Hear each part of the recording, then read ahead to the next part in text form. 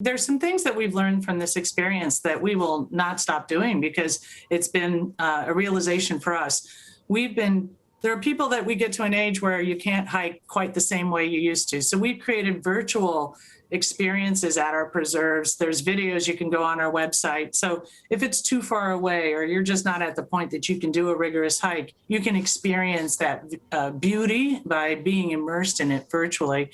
But the other thing is, we have a lot more events on Zoom. And I don't know why we weren't doing that before, because the truth is people can attend from all over. So the attendance is huge. We have something we call conservation cafes, where for an hour you meet with a scientist, you learn about the work on the ground. But before, we were getting up to 100 people at those luncheons, but now we can have hundreds because they can all, click in and experience it. So that's a great realization for us.